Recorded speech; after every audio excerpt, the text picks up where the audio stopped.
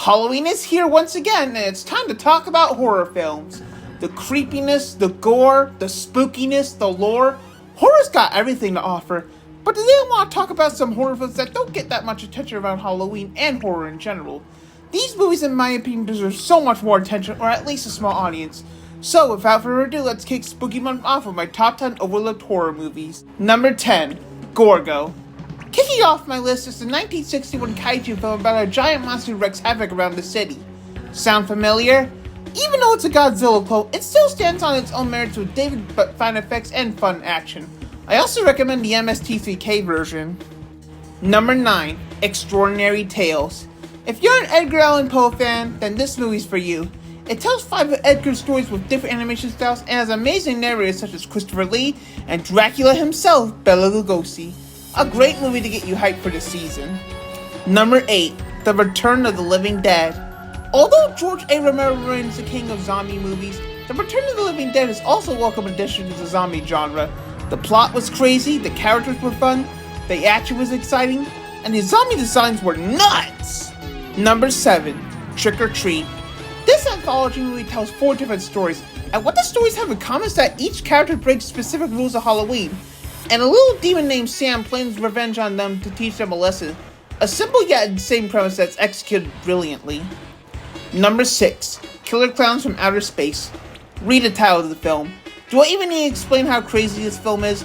Not only is this film funny, the music was catchy, the designs of the clowns are creepy, and who could forget the effects of this? Number 5, Halloween 3, Season of the Witch.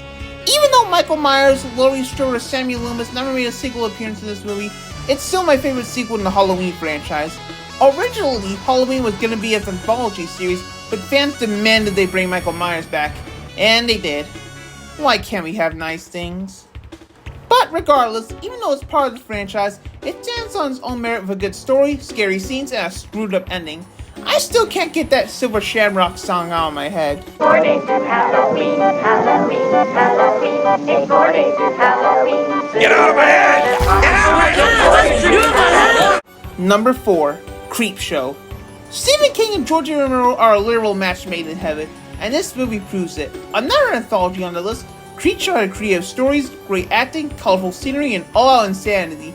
It even spawned a sequel and a TV show on Shudder. How cool is that? Number 3, The Monster Squad. If you want a movie that perfectly defines the 80s, look no further than The Monster Squad. This has to be the most 80s movie I've ever seen. The classic monsters team up to take over the world, the group of kids stopping them. It has everything you could possibly want in an 80s movie. Number 2, Renfield. A more recent horror film, Renfield made vampires cool again. Well, besides What We Do in the Shadows.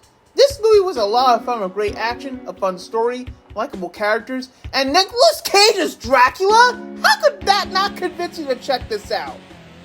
Number 1, Dead Alive. Before Lord of the Rings and King Kong made Peter Jackson famous, he directed this absolute insane gore fest of a film. Not only is this one of the best zombie films I've seen, but it's gotta be the craziest, creative, and cartoony film I've seen.